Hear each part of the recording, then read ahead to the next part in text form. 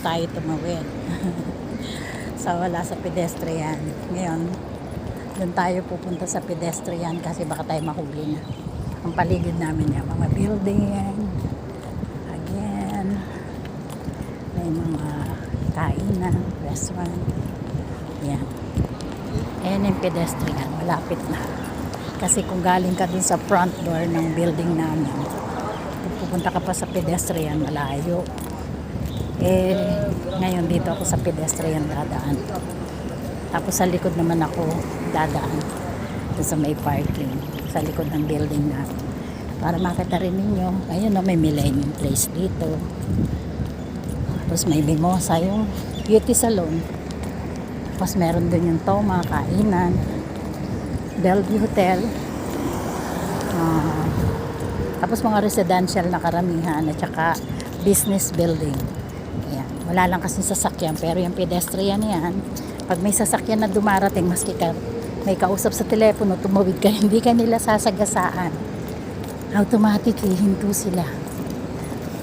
Hindi sila yung tipo ng tao na hindi, alam mo yon, kahit nasa pedestrian ka, pag gusto ka nilang banggain, babanggain ka. Dito hindi. Ayan. Hindi lang ako inabutan ng bus. Pero automatic ihinto yan. Pag may makita silang tao na nakahapak na sa pedestrian, automatic ihinto yan. Ayan. Daming ibon. Oh. Hindi yan inuhuli dito. Babayaan lang nila lumipad. Tapos dun sa likod ng Bellevue niyan, park. Maliit na park. So ito yung likod namin. Kanina, nakita nyo yung harap. Andun yung bus stop. Yun, itong building na to. Unang building. After ng Carrefour. Pangalawang building kami. Pangatlo yung sa Emirates employee. Tapos the rest na dito, mga residential. Tapos may Green Plus din dyan. Grocery.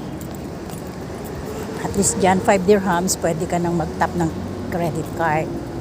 Dito kasi sa building namin, meron din namang grocery. Kaso 10 dirhams ang kanilang minimum purchase para makapag-tap ka ng credit card. Dito hindi uso ang cash. Dito credit card talaga. Kahit taxi, credit card. Lahat credit card. Bihira ka makasumpong dito ng may cash. Pero pwede ka magbayad ng cash kung may cash ka. Pero mostly credit card. Ayun yung likod ng Emirates employee. Ayan. Ano tawag yan? Accommodation. Ito na yung building namin. Magtatap ka dyan para bumukas ito para makapasok ang sasakyan mo. Kasi kung wala kang ano dyan, access dyan sa pang-tap na yan, hindi bubukas yan para makapasok ka. Kaya pag hindi ka residente dito, hindi ka makakapag-park. Ayun yung sasakyan namin. Nakapark yung sasakyan ni Pangnaisa, pinahiram sa amin. Habang kami nandini sa Dubai. Ayan, ito yung likod namin. Yun lang nga. Kasi nandito yung hanuhan ng basura, bagsakan ng basura.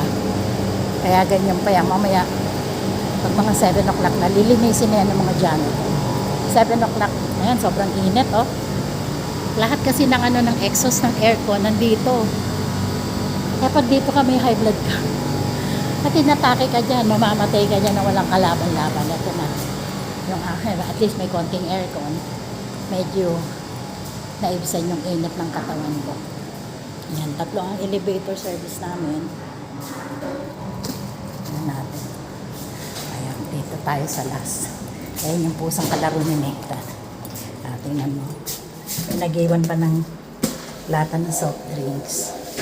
Ayan. So, akit na tayo. 9th floor.